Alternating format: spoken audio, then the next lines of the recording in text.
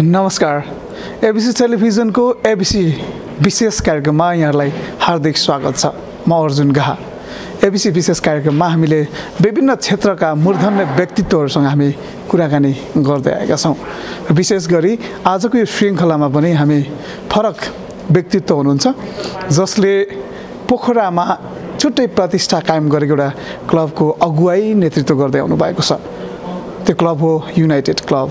United क्लबले पौष 28 गतेदेखि माघ 9 गतेसम्म आफ्नो 11औं संस्करणको पोखरा महोत्सव आयोजना गर्न गइरहेको छ। दर्शकबिन, आज हामी यसै महोत्सवको सेरोफेरोमा र युनाइटेड क्लबले गर्दै आएको आफ्नो क्रियाकलापको बारेमा, भावी योजनाको बारेमा आजको श्रृङ्खलामा हामी गफिनेछौँ र हामीसँग कुराकानी गर्नको लागि अतिथिको रूपमा युनाइटेड क्लबका अध्यक्ष, पोखरा महोत्सवको मूल आयोजक समितिको संयोजक हुनुहुन्छ राजु श्रेष्ठ। यहाँलाई एबिसी विशेषमा स्वागत छ। हस्, धन्यवाद। आराम हुनुहुन्छ? एकदम आराम छ। प्रसङ्गमा प्रवेश गरौँ, महोत्सवमै प्रवेश गरौँ। तयारी कुन चरणमा पुगेको छ? एकदम नै हामीले जुन युनाइटेड क्लब पोखराको कार्य समितिले गहन अध्ययन गरेर यो विषम परिस्थितिमा पनि हामीले पोखरा महोत्सव गर्नुपर्छ भन्ने जुन एउटा जमर्को गरेका छौँ र महोत्सव गर्ने भइसकेपछि हामीले तयारी त गर्नै पर्यो। त्यो हिसाबले आयोजकको तर्फबाट अहिलेसम्म महोत्सव सम्पन्न गर्नको लागि जे जस्ता महोत्सव स्टार्ट हुनुभन्दा अगाडि जे जस्ता पूर्वाधार निर्माणदेखि लिएर अन्य मनोरञ्जनका गतिविधिहरू गर्नको लागि कलाकार व्यवस्थापनदेखि लिएर अनि हामीले विभिन्न अब व्यावसायिक प्रतिष्ठानहरूको व्यवसायलाई प्रमोट गर्ने हिसाबले विभिन्न स्टलहरू राख्ने गर्छौँ। यी सबै कामहरू हामीले सम्पन्न गरिसकेका छौँ। लगभग हाम्रो महोत्सवको तयारी चाहिँ अन्तिम चरणमा पुगेको छ। स्थानीय स्तरमा उत्पादन हुने हस्तकलादेखि लिएर खाद्यान्नका सामग्रीहरूलाई पनि विशेष प्राथमिकतामा राखेर त्यो खालको प्रोग्रामहरू पनि ल्याउनु भएको छ। स्टलहरू चाहिँ के कतै छन् यसपालि? एकदम नै अब हामीले स्पेसल्ली पोखरा महोत्सवलाई एउटा व्यावसायिक साथीहरूको एउटा व्यवसाय प्रमोसनको एउटा प्लेटफर्म पनि हामीले बनाइरहेका छौँ, क्रिएट गरिरहेका छौँ। यही हिसाबले प्रत्येक वर्ष आयोजना गर्ने पोखरा महोत्सवमा हामीले स्थानीय उत्पादनलाई अति नै प्राथमिकता दिएर चाहिँ समावेश गर्ने गर्छौँ र अझै हामीले यही स्थानीय स्तरमा स्थापित हाम्रो उद्योग धन्दाहरू जसले आफ्नो प्रमोसन गर्न चाहन्छ, आफ्नो ब्रान्ड प्रमोसनको लागि पोखरा महोत्सवमा आउन चाहनुभयो भने हामीले निःशुल्क रूपमा एउटा स्टल प्रदान गर्ने पनि हामीले प्रत्येक वर्ष व्यवस्था गरेका छौँ। त्यो हिसाबले हामीले विभिन्न स्थानीय स्तरको उत्पादनहरू, औद्योगिक उत्पादनहरू, अन्य क्षेत्रका सबै उत्पादनहरूलाई एकै ठाउँमा ल्याएर प्रदर्शनी गर्ने, एउटा चाहिँ प्रमोसन गराउने र बिक्री वितरण पनि गर्ने हाम्रो त्यो लक्ष्य भएको कारणले गर्दाखेरि अहिले यो 11औं संस्करणको पोखरा महोत्सवमा हामीले 247वटा स्टलहरूको व्यवस्था गरेका छौँ। त्यसमा पाट हिसाबले जुन अब अटोको स्टल हुनसक्छ, जसले फ्लोरिवाको नर्सरीहरूको स्टल हुनसक्छ, घरेलु उत्पादन जस्तै अब तपाईँको घरेलु उत्पादनका स्टलहरू हुनसक्छ, औद्योगिक सामानहरूको स्टलहरू हुनसक्छ र मेला महोत्सव भनिसकेपछि एउटा मनोरञ्जनको लागि आउने दर्शकहरूको लागि एउटा खाजा खाने त्यस्ता खालका हाम्रो रेस्टुरेन्टको स्टलहरू र विभिन्न भेराइटीका स्टलहरू पनि रहने भएको कारणले गर्दाखेरि यो 11औं संस्करणको पोखरा महोत्सवमा हामीले 247वटा स्टलको व्यवस्था गरेका छौँ। ठिकै हामीले पोखरामा एउटा पोखराकै गौरवको यो महोत्सव पनि हो, फरक दृष्टिकोण र फरक महत्त्वको एउटा महोत्सव पनि हो। अब यसबाट अहिले हामी थर्यौँ 1 वर्ष कोभिड पेन्डेमिकले गर्दा। कस्तो अपेक्षा गर्नुभएको छ? होइन, यो अब हामी लगभग 1.5-2 वर्षदेखि नै एउटा कोरोनाको कहरमा छौँ। एउटा हामी मात्रै होइन, अब सबै संसार नै यो कहरबाट गुज्रिरहेको अवस्थामा अहिले चाहिँ अब अलिकति सहज हो कि भन्ने महसुस पनि हामीले गरेका छौँ। राज्य क्षेत्रबाट पनि अब अलि सहज भएको अवस्थामा व्यापार व्यवसायलाई प्रमोट गरेर जानुपर्छ। हामी अब सधैँ घरमा बस्ने होइन कि अब बाहिर निस्किने पनि एउटा वातावरण बनाउनुपर्छ भन्ने ध्येयका साथ जुन राज्य क्षेत्रबाट पनि विभिन्न सभा सम्मेलन गर्नदेखि लिएर मनोरञ्जनका विभिन्न गतिविधिहरू पनि सञ्चालन गर्न दिने र अर्को कुरा चाहिँ अब विशेष गरेर यो कोरोनाको कारणले गर्दाखेरि अति नै अस्तव्यस्त भएको यो हाम्रो व्यवसायहरू होइन, कुनै त अब जस्तै टुरिज्म व्यवसाय, होटल व्यवसाय, यातायात व्यवसाय लगायतका अन्य व्यवसायहरू पनि धाराशायी भएको अवस्थामा अब बिस्तारै मेला महोत्सव लगायतका अन्य गतिविधिहरूले पनि अब यसलाई चाहिँ विशेष प्राथमिकतामा दिएर यसलाई प्रमोसन गर्नुपर्छ, प्रमोट गर्नुपर्छ भन्ने हिसाबले राज्य क्षेत्र पनि लागेको हुनाले हामी पनि एउटा सामाजिक क्षेत्रमा समाजकै लागि, सामाजिक व्यक्तित्वहरूकै लागि काम गर्ने एउटा संस्था भएको कारणले गर्दाखेरि हामीले पनि केही जमर्को गर्नुपर्छ, आफ्नो स्तरबाट चाहिँ कहिले पहल गर्नुपर्छ भन्ने हिसाबले अवस्था त सबै 100% सहज भएको अवस्था छैन, तर पनि हामीले यसलाई चाहिँ पोखरा महोत्सव गर्ने एउटा जमर्को गरेका छौँ। यो स्पेसल्ली युनाइटेड क्लब पोखरा विगत 11-12 वर्षदेखि सामाजिक गतिविधिहरूमा निरन्तर रूपमा लागिरहेको अवस्था छ। हामीले विभिन्न क्षेत्रमा कार्यहरू गर्छौँ। अहिले विशेष गरेर हामीले पोखरा महोत्सवलाई एउटा सामाजिक क्षेत्रको कार्य गर्नेको लागि जुन फन्ड क्रिएट गर्ने एउटा महोत्सवको रूपमा पनि हामीले डेभलप गरेका छौँ। त्यहाँबाट जति आम्दानी हुन्छ हामीले सामाजिक र मानवीय सेवाका कार्यहरू गरेर अगाडि बढिरहेका छौँ। त्यसले गर्दाखेरि जब महोत्सव हामीले गर्न पाएका छैनौँ, अघिल्लो वर्ष महोत्सव गर्न पाएनौँ र केही आम्दानी पनि गर्न सकेनौँ, त्यो कारणले गर्दाखेरि हाम्रा सामाजिक गतिविधिहरू पनि अलिकति सुस्ताएको हो कि भन्ने खालको हामीले पनि महसुस गरेको छौँ। र हामीले स्पेसली स्थापना कालदेखि नै विदेशबाट आउने डोनेसनहरूलाई कुनै प्राथमिकतामा राखेका छौँ, अहिलेसम्म लिएका पनि छैनौँ। र राज्य क्षेत्रका कुनै निकायसँग पनि हामीले यसरी समाजसेवा गर्छौँ र हामीलाई चाहिँ फन्ड दिनु पर्यो भनेर अहिलेसम्म माग्न गएको अवस्था छैन। बरु हामीले राज्य क्षेत्रकै विभिन्न विपदमा परेको बेलामा केही कार्य गर्नुपर्ने बेलामा हामी आफैले बरु राज्य क्षेत्रलाई पनि सहयोग गरेको अवस्था छ। त्यसलाई चाहिँ निरन्तरता दिनको लागि पनि हामीले यो सामाजिक क्षेत्रको गतिविधि बढाउनको लागि पनि यो पोखरा महोत्सव गर्नुपर्ने आवश्यकता हामीले महसुस गरेर नै अहिले पोखरा 11औं संस्करणको पोखरा महोत्सव गर्ने जमर्को गरेका छौँ। अर्को कुरा, व्यवसायहरू अहिले शिथिल भएको अवस्थामा व्यवसायको मनोबल उच्च बनाउनको लागि पनि हामीले पोखरा महोत्सवबाट चाहिँ केही व्यावसायिक प्रवर्धन गर्न सकिन्छ कि प्रमोसन गर्न सकिन्छ कि भन्ने हेतुको कारणले गर्दा पनि यो 11औं संस्करणको पोखरा महोत्सव गर्नु परेको हो। र अर्को कुरा, धेरै आयोजकसँग एउटा छलफल गर्दा पनि अब मेला महोत्सवबाट केही इन्कम गरेर आफ्नो जीविकापार्जन गर्ने हाम्रा धेरै जना आश्रित, मेला महोत्सवमा आश्रित हाम्रा व्यक्तित्वहरू हुनुहुन्छ, कामदारहरू हुनुहुन्छ। त्यो कारणले गर्दाखेरि उहाँहरूले पनि यो मेला महोत्सव नभएको कारणले गर्दाखेरि केही उहाँहरूको इन्कम रोकिएको छ, उहाँहरूको जीवनयापन गर्नलाई अलिकति कष्टकर भएको अवस्था छ। जस्तै कलाकारीकै क्षेत्रमा कलाकारहरूले आफ्नो कला देखाएर केही आफ्नो जीविकापार्जन गर्ने अवस्था थियो अघिल्लो वर्षसम्म, तर यो वर्ष जुन कोरोनाको कारणले गर्दाखेरि अलिकति सुस्ताएको अवस्था छ। उहाँहरूलाई पनि फेरि त्यस्ता किसिमको प्लेटफर्महरू क्रिएट गर्नुपर्ने भएको कारणले गर्दाखेरि हामी सामाजिकै क्षेत्रमा सामाजिक व्यक्तिको लागि कार्य गर्ने भएको कारणले गर्दाखेरि एउटा चाहिँ पोखरा महोत्सव 11औं संस्करणको पोखरा महोत्सव गर्ने जुन जमर्को हामीले गरेका छौँ, यी कारणहरूले गर्दाखेरि यो महोत्सव गर्नुपर्छ भन्ने एउटा आँट आएको छ र गर्नलाई अगाडि तयार भएका छौँ। ठ्याक्कै चुनौती पनि छ नि, यति बेला अझै पनि कोरोना महामारीको त्रास छ, कसरी लिनु भएको छ यसलाई? एकदम नै अब हामीलाई सहज छैन होइन। अब जस्तै हामीले दर्शकहरू आउनुहोस् के अरे महोत्सवमा एकदम खुल्ला रूपमा चाहिँ हेर्नको लागि आउनुहोस् भनेर आह्वान त हामीले गरिरहेका छौँ। त्यही पनि हामी आफै पनि विश्वस्त छैनौँ र अरू जनताहरू पनि विश्वस्त छैन। त्यो कारणले गर्दाखेरि हामीले विभिन्न स्वास्थ्यका मापदण्डहरू अपनाएर, जस्तै मास्कको व्यवस्था गरेर होस् या महोत्सव स्थलभित्र विभिन्न ठाउँमा सेनिटाइजरहरूको निःशुल्क रूपमा व्यवस्था गरेर हो, त्यस्ता चाँचो पनि हामीले गरेका छौँ। अर्को कुरा, अब हामीले पोखरा महोत्सवमा आइसकेपछि त्यो मनोरञ्जनको केही गतिविधि हेर्नको लागि त शुल्क तिर्नुपर्छ, त्यसको लागि टिकट काट्नुपर्ने हुन्छ। टिकट काट्दा पनि केही भिडभाडहरू कम होस् भन्ने हिसाबले हामीले अहिले प्रभु पेसँग चाहिँ एउटा चाहिँ एपको डेभलप गरेर घरमै बसेर घरबाट नै टिकट काटेर चाहिँ आउने अनि त्यो तरिकाले चाहिँ एउटा चाहिँ सहज वातावरण, एउटा सामाजिक दूरी पनि काम गर्न के अरे एउटा चाहिँ त्यसले चाहिँ वातावरण क्रिएट गर्छ।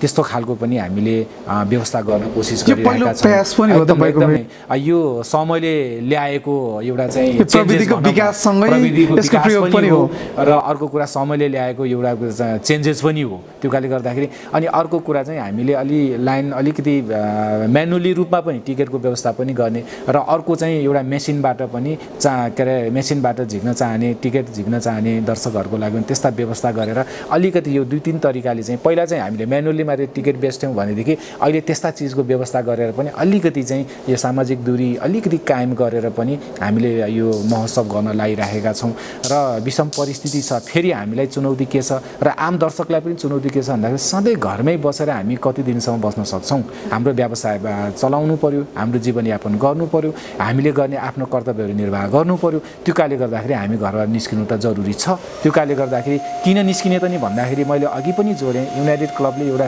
विशुद्ध सामाजिक संस्था यो महोत्सव सफल भइसकेपछि बचेको पैसाले गर्ने भएको कारणले गर्दाखेरि यो महोत्सव सफल भएपछि फेरि अप्रत्यक्ष रूपमा सबै जनमानसले चाहिँ एउटा सेवा प्राप्त गर्ने वातावरण चाहिँ यो महोत्सवले क्रिएट गर्ने भएको कारणले गर्दाखेरि अलिकति असुविधा होला, अलिकति त्रास होला, त्यही पनि त्यसलाई चाहिँ अलि न्यूनीकरण गरेर आफूले अलिकति सहज महसुस गरेर चाहिँ यो महोत्सव अवलोकन गर्न आइदिनु भयो भने पक्कै पनि यो महोत्सव सफल हुन्छ। सफल भइसकेपछि हामीले लक्ष्य लिए अनुसारको सबै सामाजिक क्रियाकलापहरू अगाडि बढाउन सक्छौँ भन्ने हाम्रो विश्वास छ। तपाईँले स्वास्थ्यको कुरा गरिरहँदा स्वास्थ्यसँग यो सुरक्षा चुनौती पनि उत्तिकै छ, किनभने भिडभाड हुन्छ, कुनै कुनै घटना हुनसक्छ। त्यसको लागि त्यस्तो केही प्रयासहरू गर्नुभएको छ? बिमाको कुराहरू थियो त्यो चाहिँ हामीले अहिलेसम्मको 10औं संस्करणको पोखरा महोत्सवमा हामीले त्यस्ता मापदण्डहरू गरेका छौँ होइन। आज जस्तै तपाईँको एउटा चाहिँ केही व्यवसायिकहरूको केही क्षति हुनसक्छ, केही आगलागी हुनसक्ला या अरू केही भइपरि आउने कुराहरू हुनसक्ला, त्यसको लागि हामीले बिमाको व्यवस्था पनि गरेका छौँ र दर्शकहरूको लागि अवलोकन गर्न आउने दर्शकहरू कुनै चाहिँ अब त्यस्तो गेमहरू खेल्दाखेरि केही चाहिँ अब बाइचान्सले अहिलेसम्म भएको छैन तर भइहाल्यो भने त्यसको पनि हामीले भव्यतव्य भयो भने त्यसलाई पनि हामीले इन्सुरेन्स गरेर त्यसलाई चाहिँ सुरक्षित बनाउने कोसिस गरेका छौँ र त्यहाँभित्र छिरिसकेपछि आम यो महोत्सवभित्र नै एउटा राम्रो सुरक्षाको प्रबन्ध हामीले प्रत्येक वर्ष गर्ने गर्छौँ र यो वर्ष पनि त्यो निरन्तरता छ। ढुक्कसँग जतिजना महोत्सव अवलोकन गर्न दर्शकहरू आउनुहुन्छ उहाँहरू एकदमै सुरक्षित महसुस गरेर यो महोत्सव अवलोकन गर्ने वातावरण चाहिँ हामी मिलाएका छौँ। सीसीटीभीको प्रयोग पनि गर्नुहुन्छ के छ? त्यसले अनुसन्धानमा सहयोग पनि पुर्याउँछ? भवितव्य त घटना भइहाल्यो भने त्यसको लागि अनुसन्धान गर्न पनि सुविधा होस् भनेर हाम्रो त्यो सीसीटीभी प्रत्येक वर्ष रहने गर्छ। यो वर्ष पनि निरन्तर छ र त्यसलाई बरु अलिकति जहाँ अलिकति सीसी क्यामेरा कम भएको हामीले महसुस अघिल्लो महोत्सवमा गऱ्यौँ। यो वर्ष अलि क्यामेराहरू प्लस गरेर पनि हामीले त्यसलाई चाहिँ एकदमै सुरक्षित तरिकाले चाहिँ वातावरण बनाउने हामीले कोसिस गरेका छौँ। यो महोत्सव प्राइभेट सेक्टरबाट पनि सेक्युरिटी हायर हुन्छ। त्यो हाम्रो जस्तै क्लबको एउटा युवा जमात छ, उहाँहरूको एउटा स्वयंसेवकको हिसाबले उहाँहरूले पनि भोलिन्टियरली हाम्रो स्वयंसेवकको काम निर्वाह गर्नुहुन्छ र अर्को हामीले प्राइभेट सेक्टरको रूपमा जेट सेक्युरिटी सर्भिसलाई हामीले कन्ट्र्याक्ट गरिसकेका छौँ। उहाँहरूको त्यो सुरक्षा गार्डहरू पनि आउनुहुन्छ र नेपाल सरकारका राज्य क्षेत्रका सुरक्षा निकायका जुन सुरक्षा कर्मीहरू पनि त्यहाँ परिचालित हुन्छ होइन। हामीसँग उहाँहरूको यो बसाइ भइसकेको छ, उहाँहरूले कम्युनिकेट गर्नुभएको छ। हामीले आफ्नो राज्य क्षेत्रबाट मेला महोत्सवका लागि जुन सुरक्षा हामीले प्रदान गर्छौँ त्यो चाहिँ तपाईँहरूले पनि पाउनुहुन्छ र सुरक्षितका साथ त्यो महोत्सव हेर्ने वातावरण चाहिँ हामी क्रिएट गर्छौँ भनेर उहाँहरूले वचन पनि दिइसक्नु भएको छ। मलाई लाग्छ हामीले सबै अब क्लबको तर्फबाट गर्नुपर्ने सुरक्षाको व्यवस्थाहरू, राज्य क्षेत्रबाट हुनुपर्ने सुरक्षाको व्यवस्थाहरू सबै चाँजो मिलेको हुनाले मलाई यो महोत्सव पनि सुरक्षितका साथ हामी अवतरण गराउन सक्छौँ भन्ने विश्वास गरेका छौँ। अब हामी यो महोत्सव आयोजना गर्ने आयोजक संस्था जुन युनाइटेड क्लब छ यसको स्थापना काल र पहिलो संस्करणको महोत्सवतिर गयौँ भने कति फन्डबाट सुरु गर्नुभएको थियो? एकदम नै हामीले स्पेसल्ली अब 67 सालमा हामीले क्लब स्थापना गऱ्यौँ। मैले अघि पनि जोडिसकेको छु। हामीले क्लब स्थापना गरिसकेपछि प्रष्ट रूपमा हामीले समाज सेवामा र मानव सेवामा के कार्यहरू गर्ने होइन। जस्तै हामीले शिक्षा क्षेत्रमा कस्तो प्रकारको कामहरू गर्ने, स्वास्थ्य क्षेत्रमा कुन प्रकारको सेवाहरू हामीले उपलब्ध गराउने, खेलकुद क्षेत्रमा के गर्ने र पर्यटन प्रवर्धन पनि भनेका छौँ। पर्यटन प्रवर्धनको लागि हामीले के गर्न सक्छौँ, क्षति संरक्षणका कुराहरू पनि छ। विपद व्यवस्थापन को कोष स्थापना गरेर विपद परेका बेलामा कस्तो सहयोग गर्ने हामीले सुरुदेखि नै हामीले क्लियर रूपमा भिजन लिएका छौँ। त्यो भिजनलाई सार्थकता दिनको लागि कि चाहिँ हामीले विदेशीसँग डोनर नै खोज्नुपर्ने आवश्यकता छ, कुनै एनजिओ आइएनजिओसँग हामी पार्टनरसिप भएर काम अगाडि बढाउनु पर्ने थियो कि चाहिँ राज्य क्षेत्रको कुनै निकायसँग चाहिँ ल हजुर हामीलाई चाहिँ यो काम गर्छौँ चाहिँ हामीलाई चाहिँ फन्ड दिनु पर्यो भनेर आग्रह गर्न जानुपर्ने अवस्था हुन्थ्यो होइन। त्यस्तो अब हामीले के विचार गऱ्यौँ वा यी सबै चिजहरूलाई अलिकति पृथक तरिकाले लाने हामी आफै आर्जन गर्ने, हामीले आफै आर्जन गरेको पैसा चाहिँ समाजसेवामा लगानी गर्ने भन्ने जुन हाम्रो एउटा कन्सेप्ट हामीले डेभलप गऱ्यौँ, त्यो कन्सेप्टका साथ के गर्ने त नि, अब कन्सेप्ट त डेभलप भयो, अब के गर्ने भन्ने विषयमा चाहिँ सबैलाई समेटेर उद्योग व्यवसायलाई पनि आफ्नो व्यवसाय प्रमोट गर्ने सकिने ठाउँ हुने, कलाकारलाई पनि एउटा चाहिँ आफ्नो कला प्रस्तुत गरेर केही कमाउने प्लेटफर्म सिर्जना गर्न सकिने होइन, दर्शकहरूको लागि पनि एउटा चाहिँ मनोरञ्जन लिने चाहिँ स्थल एउटा चाहिँ जमघट बन्ने चाहिँ एउटा स्थल क्रिएट गर्न सकिने, बनाउन सकिने होइन। कुनै पोखरा महोत्सव आयोजना हुँदैछ है, त्यहाँ जानुपर्छ, फलाना ठाउँमा आउनुहोस् है भनेर एउटा चाहिँ साथीभाइ इष्टमित्रहरू पनि एउटा चाहिँ भेटघाट गर्ने स्थल बनाउन मिल्ने होइन, त्यस्तो खालको केही गर्न सकिन्छ भने यो महोत्सवकैबाट सकिन्छ। एउटा चाहिँ कला संस्कृतिको संरक्षण पनि गर्न सकिने होइन। सबै कुराहरूलाई विचार गर्दाखेरि हामीले 67 सालमै हामीले पोखरा महोत्सव, पहिलो पोखरा महोत्सव गर्ने हामीले जमर्को गऱ्यौँ। हामीले त्यही अनुसारको एउटा चाहिँ त्यही वर्षको एउटा संस्कृति संरक्षणको लागि भनेर क्लबले प्रत्येक वर्ष चाहिँ देउसी भैलो कार्यक्रम हामीले प्रस्तुत गर्ने गरेका छौँ। त्यो देउसी भैलोको प्रोग्रामलाई हामीले के भन्यौँ भन्दाखेरि हामी पोखरा महोत्सव, पहिलो पोखरा महोत्सव गर्दैछौँ। त्यो पोखरा महोत्सव सम्पन्न गर्नको लागि हामीलाई केही आर्थिक आवश्यक पर्छ। त्यो आर्थिक कहाँबाट गर्ने भन्दा तपाईँहरूले नै सबैजना यही क्षेत्रका, यही पोखरा महानगरबाट वडा नम्बर 10 र यही आसपासमा बसेका वडाका हाम्रा महानुभावहरूसँग हामीले आह्वान गऱ्यौँ, पोखरा महोत्सव गर्दैछौँ, त्यसको आर्थिक चाँजोपाँजोको लागि यो हामीले देउसी भैलो कार्यक्रम गर्दैछौँ। त्यसमा चाहिँ तपाईँहरूले आफूले सकेको दान गर्नुहोस् भनेर हामीले आह्वान गऱ्यौँ। आह्वान गरिसकेपछि उहाँहरूले पनि एकदम सकारात्मक रूपमा ल्याउँ। म पोखराको यो महानगरपालिकाको वडा नम्बर 10 मा बसिराख्दाखेरि पहिला चाहिँ तात्कालीन पोखरा उपमहानगरपालिका भइराख्दाखेरि धेरै गतिविधिहरू चाहिँ यो सेतीभन्दा पारी, हामी पारी भन्छौँ, उहाँहरूले फेरि हामीलाई पारी भन्नुहुन्छ, पारी हुने धेरै गतिविधि, केही मनोरञ्जनको कामहरू पनि उतै हुने, धेरै अब सरकारी निकायका केही सेमिनार गोष्ठीहरू पनि त्यही क्षेत्रमा हुने। तर यो ओजेलमा परेको यो क्षेत्र पोखरा उपमहानगरपालिका भइराख्दाखेरि अलिकति ओजेलमा परेको हो कि भन्ने महसुस गरेर क्षेत्रगत विकास गर्नको लागि पनि हामीले यो महोत्सव यो स्थानमा चाहिँ आयोजना गऱ्यौँ। त्यसले गर्दा पनि हामी सार्थक चाहिँ बनिराखेको अवस्था छ। र पहिलो महोत्सव जुन तरिकाले हामीले जुन क्रियाकलापहरू गरेर हामीले महोत्सव सम्पन्न गऱ्यौँ, हामीलाई उत्साह थपियो। त्यो महोत्सव हामीले सबैको सपोर्टले गर्दाखेरि हामीले सफल रूपमा अवतरण गराउन सक्यौँ र केही आर्थिक पनि हामीले बचाउन सक्यौँ। त्यही आर्थिक बचेको रकमले हामीले समाजसेवामा काम गऱ्यौँ र अर्को महोत्सव गर्नको लागि पनि हामीलाई प्रेरणा प्राप्त भयो र होइन। त्यो कारणले गर्दाखेरि निरन्तर रूपमा पहिलो, दोस्रो, तेस्रो हुँदै अहिलेसम्म हामीले 10औं संस्करणसम्मको पोखरा महोत्सव अति नै भव्यका साथ हैन उत्कृष्ट तरिकाले, एउटा कस्तो भन्दाखेरि कुन तरिकाको उत्कृष्ट भन्ने हुन्छ कि हामीले आर्थिक बचाउने हिसाबमा पनि उत्कृष्ट छ, दर्शकको सहभागिताको हिसाबले पनि उत्कृष्ट छ, कुनै कलाकारलाई प्लेटफर्म दिने हिसाबले पनि त्यो उत्कृष्ट छ हैन, र कुनै व्यवसायको प्रवर्धन गर्ने हिसाबले पनि यो महोत्सव उत्कृष्ट छ, कला संस्कृति संरक्षण गर्ने हिसाबले पनि यो महोत्सव उत्कृष्ट छ। यो वरिपरिका पर्यटकीय गन्तव्य स्थलहरू, सामाजिक संस्थाको जानकारी दिने त्यो विषयमा जानकारी हिसाबले पनि यो महोत्सव उत्कृष्ट छ हैन भन्ने हिसाबले हामीले भनेको कुरा हैन, आयोजकको तर्फबाट हामीले त्यो मेलो मेसो मात्रै मिलाइदिएका हौँ।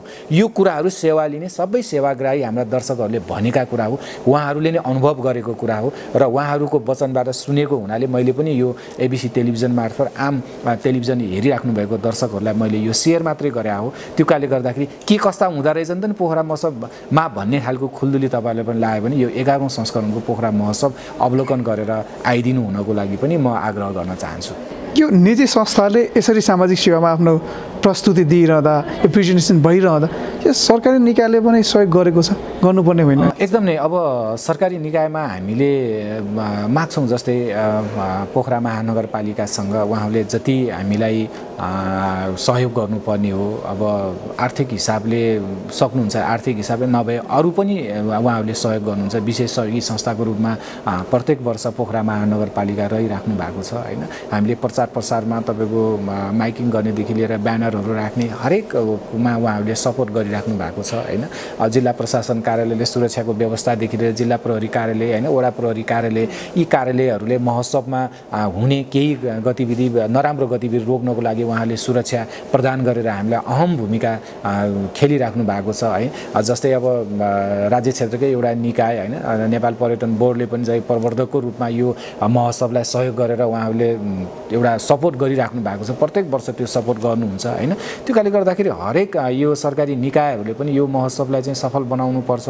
यो महोत्सवले दिने आउटपुट चाहिँ अलिकति समाजसेवामा प्रेरित छ, एउटा मानव सेवामा प्रेरित छ भन्ने हिसाबले उहाँहरूले लिएकै हुनाले हरेक क्षेत्रको एउटा चाहिँ पोजिटिभ एउटा सपोर्ट हामीले पाएको हुनाले नै प्रत्येक वर्षको पोखरा महोत्सव भव्यताका साथ हामीले सफल गराउन सफल भएका छौँ। त्यसले गर्दाखेरि मैले सबै सुरक्षा निकायदेखि लिएर सरकारी निकायहरूले हामीलाई राम्रो सपोर्ट गरेको हामीले महसुस गरेका छौँ। यसरी युनाइटेड क्लबले महोत्सव गरिरहँदा तपाईँको एउटा अवधारणा छ नि, चिडियाखानाको प्रोजेक्ट कहाँ पुग्यो त्यो प्रोजेक्ट? एकदम नै हामीले पहिलो महोत्सव अब सम्पन्न गरिसकेपछि हामीले एउटा चाहिँ गहन अध्ययन गऱ्यौँ, छलफल गऱ्यौँ हैन। त्यो छलफलको विषयमा चाहिँ पोखरामा हरेक प्रकारको सुविधाहरू छ। यहाँ तपाईँ भन्नुहुन्छ भने तालतलैहरू त्यस्तै खालका छन्, पर्यटकीय गन्तव्य स्थलहरू त्यही प्रकारको छ हैन। यहाँ मनोरम दृश्यहरू छन्, हरेक प्रकारको सुविधायुक्त चाहिँ होटेलदेखि लिएर अनेक प्रकारको छ। यहाँ बाह्य या आन्तरिक पर्यटकहरू पोखरामा आइसकेपछि उहाँहरूले मनोरञ्जन लिने चाहिँ विभिन्न तरिकाले विभिन्न पाटाहरू छन्। र यहाँ नभएको भनेको हामीलाई महसुस के भयो भन्दाखेरि हामी विदेशतिर या कहीँ नेपालको नै जस्तै अब काठमाडौँतिर जाँदाखेरि एउटा चाहिँ चिडियाखाना अब अवलोकन गर्न हाम्रो बालबच्चाहरू लिएर जान्छौँ, हामी आफै पनि जान्छौँ। यसो अध्ययन गर्दाखेरि पोखरामा चाहिँ एउटा चिडियाखानाको चाहिँ अभाव चाहिँ पक्कै हो भन्ने हाम्रो महसुस भयो। त्यो कारणले गर्दाखेरि एउटा सरकारी निकायलाई हामी सामाजिक क्षेत्रबाट एउटा महोत्सव गरेर केही सर्टेन पैसा चाहिँ जम्मा गरेर हामीले दोस्रो महोत्सवदेखि नै यो क्षेत्रमा चाहिँ मानव निर्मित चिडियाखाना चाहिँ स्थापना हुनुपर्छ भनेर एउटा चाहिँ आन्दोलनको रूपमा पोखरा महोत्सवलाई ल्याउँ, त्यो अब हुनुपर्छ भन्ने हिसाबले ल्याउँ। लिइसकेपछि केही बजेट चाहिँ हामीले विनियोजन एउटा चाहिँ पोखरा महोत्सवबाट जति फाइदा हुन्थ्यो त्यसको 20% रकम चाहिँ हामीले छुट्याएर राख्यौँ। त्यस पछाडि हामीले तात्कालीन चाहिँ जिल्ला विकास समिति थियो। जिल्ला विकास समितिसँग हामीले कोअर्डिनेसन गरेर उहाँहरूसँग जोइन्ट एकाउन्ट खोलेर ल हामी यो चिडियाखानाको लागि यो चिडियाखाना निर्माणको लागि तपाईँले चाहिँ पहल गरिदिनु पर्यो भनेर उहाँहरूसँग जोइन्ट एकाउन्टमा पैसा हालेर पनि हामी बस्यौँ हैन। त्यस पछाडिको अलिकति चाहिँ पिकअपको रूपमा हामीलाई तात्कालीन चाहिँ क्षेत्रीय प्रशासक दिनेश प्रसाद थपलिया अहिले निर्वाचन आयोगको प्रमुख आयुक्त हुनुहुन्छ। उहाँ आइसकेपछि एउटा ग्रेटर पोखराको अवधारणा लिएर आउनुभयो हैन। नेपाल यो पोखरा क्षेत्रलाई चाहिँ कसरी ग्रेटर राम्रो बनाउन सकिन्छ भन्ने एउटा अवधारणामा त्योमा चाहिँ चिडियाखाना पनि पर्यो। यो क्षेत्रमा नभएको चिडियाखाना हो, चिडियाखाना निर्माण भयो भने ग्रेटर पोखराको एउटा अवधारणामा त्यसले पनि केही कोसे ढुङ्गा काम गर्छ भन्ने हिसाबले चाहिँ उहाँले चाहिँ त्यो चिडियाखाना निर्माणको लागि पनि भनेर ल्याइसकेपछि अब यो चिडियाखाना निर्माणको आवाज कसले उठाइरहेछ भन्दाखेरि युनाइटेड क्लबले उठाइरहेछ हैन। युनाइटेड क्लबले उठाइराख्दाखेरि अब युनाइटेड क्लबलाई नै यो जिम्मा दिएर जानुपर्छ भनेर त्यो बेलाको चिडियाखाना निर्माण समितिको र त्यो बेलामा स्थान खोजीको एउटा चाहिँ जिम्मेवारी युनाइटेड क्लबलाई प्रदान गर्नुभयो उहाँले हैन। युनाइटेड क्लबबाट त्यहीको संयोजकको रूपमा हाम्रो संस्थापक अध्यक्षज्यूलाई उहाँले तोकिदिनु भयो। त्यस पछाडि हामी चिडियाखाना निर्माणको लागि एउटा बाटो चाहिँ क्रिएट भयो। त्यस पछाडि हामी विभिन्न स्थानमा चिडियाखाना कहाँ निर्माण गर्न सकिन्छ भन्ने हिसाबले जग्गाहरूको पहिचान गरेर कहाँ खोल्न सकिन्छ भनेर गयौँ। त्यस पछाडि विभिन्न ठाउँमा हेर्ने क्रममा तात्कालीन लेखनाथ नगरपालिकाको पचभैयामा चाहिँ 3टा सामुदायिक वन हैन, पचभैया सामुदायिक वन, चायापानी चिसाकुना चाहिँ सामुदायिक वन र चैनपुन सामुदायिक वनका हाम्रो सरोकारवालाहरूसँग हामी बस्यौँ। उहाँहरूसँग पनि कुरा गरौँ यो क्षेत्रमा चाहिँ चिडियाखाना निर्माण गर्नको लागि उपयुक्त वातावरण छ र भनेर सबै विज्ञहरूले पनि भनिसकेपछि उहाँहरूसँग बस्यौँ। उहाँहरू पनि चिडियाखाना निर्माण हुन्छ भने हामी आफ्नो वन चाहिँ दिन तयार छौँ भनेर एउटा खालको सम्झौता पनि भयो। त्यस पछाडि निरन्तर रूपमा हामीले पनि पोखरा महोत्सव गरेको र रकमहरू छुट्याउँदै गयौँ। त्यहाँ केही पूर्वाधारहरू निर्माण हुने कार्यहरू अगाडि बढ्यो। त्यस पछाडि जब केही निर्माणका कार्यहरू त्यहाँ सुरुवात हामीले गऱ्यौँ, त्यो समितिले गर्यो। त्यस पछाडि सरकारी निकायको पनि त्यहाँ आँखा पर्न सुरु, जस्तै पोखरा महानगरपालिकाको तात्कालीन लेखनाथ नगरपालिकाको हैन, उद्योग वाणिज्य सङ्घ, अरूवाला सरकारी हैन र तात्कालीन चाहिँ जिल्ला वन कार्यालय हैन, उहाँहरूको पनि अलिकति नजर परिसकेपछि पछि चाहिँ पछिल्लो क्रममा चाहिँ यसले जब देश संहितामा गइसकेपछि एउटा सङ्घीय संरचनाको हिसाबले प्रदेश सरकार आयो, स्थानीय सरकारहरू आयो हैन। त्यही हिसाबले अब यो चिडियाखानालाई चाहिँ मूर्त रूप दिनुपर्छ भन्ने यो प्रदेश सरकारले पनि एउटा इनिसिएसन लियो। त्यस पछाडि पहिलो वर्ष केही बजेटहरू 1 करोड जति बजेट विनियोजन गरे, त्यस पछाडि 1.5 करोड रुपियाँ, त्यसपछि 5 करोड रुपियाँ पनि बजेट विनियोजन गरेको अवस्था हो प्रदेश सरकारले हैन। बीचमा चाहिँ अब सरकारवाला र समितिसँग अलिकति चाहिँ त्यहाँ चिसोपन पनि आयो हैन। अब त्यहाँ कसरी सञ्चालन गर्ने, कार्यविधि के बन्ने हैन, यसको DPR तयारीदेखि लिएर हरेक कुरामा चाहिँ अलिकति चाहिँ खटपट सुरु भयो र अहिले आएर चाहिँ यो समाधान भएको छ हैन। एउटा चाहिँ सरकारवालासँग बसेर अहिले चाहिँ डिभिजन वन कार्यालयले त्यसको इनिसिएसन लिएको अवस्था छ। यसको संरक्षकको रूपमा प्रादेशिक वन कार्यालय निर्देशनालयले यसले अनुगमन गरिरहेको छ हैन। त्यहाँ सरकारवालाहरू 3टा वन उपभोक्ता समिति, युनाइटेड क्लब हैन, पोखरा महानगरपालिका वडा कार्यालयदेखि लिएर जिल्ला भेटनेरी कार्यालयदेखि लिएर हैन, यी सबैको इनिसिएसनमा फेरि एउटा 15 सदस्यीय एउटा व्यवस्थापन समिति बनेको छ।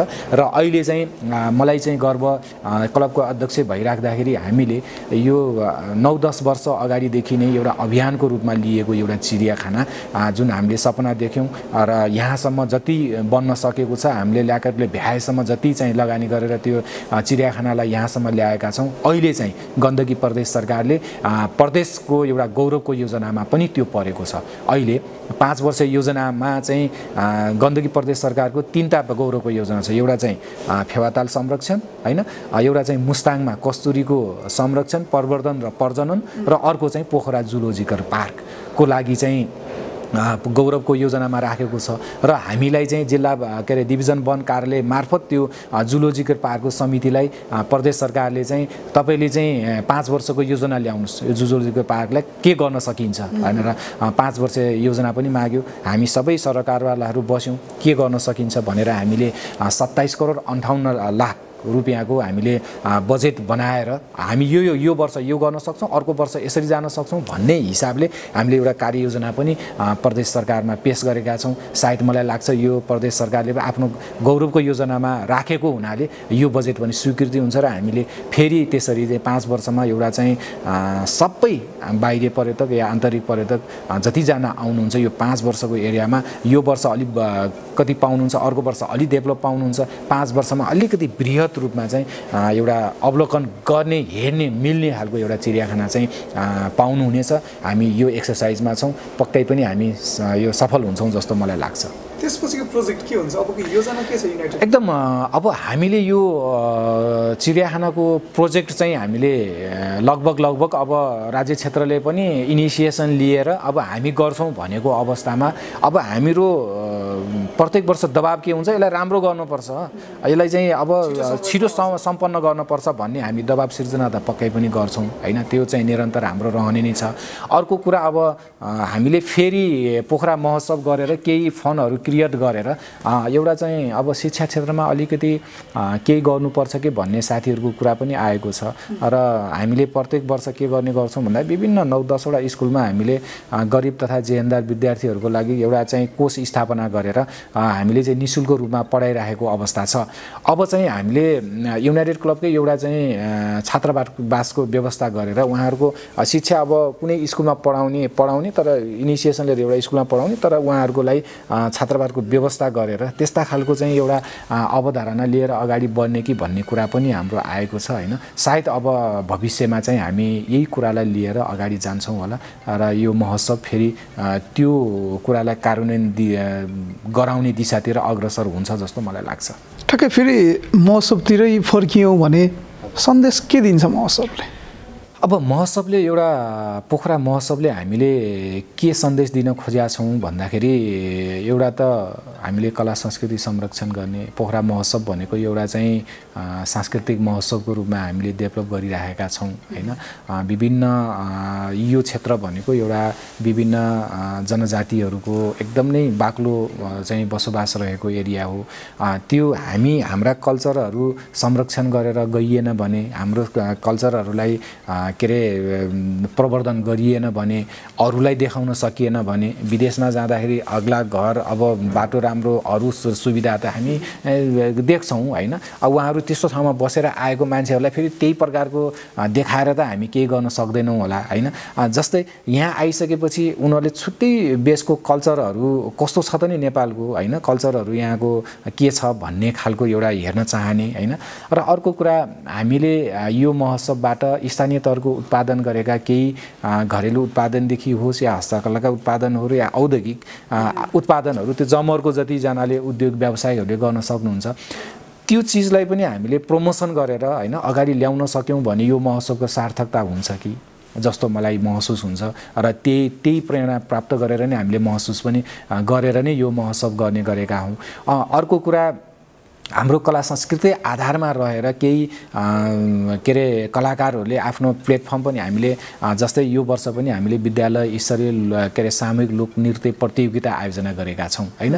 जसले नृत्यप्रति अलिकति आफ्नो चाहना छ, आफ्नो केरियर बनाउन चाहन्छ होइन, त्यस्ता केही व्यक्तिहरूलाई, हाम्रा भाइ बहिनी छोराछोरीहरूलाई एउटा प्लेटफर्मको एउटा क्रिएट गर्ने सृजना स्थल पनि हामीले महोत्सव गरेर हामीले सन्देश दिन खोजेको कि जस्तो पनि मलाई महसुस हुन्छ होइन।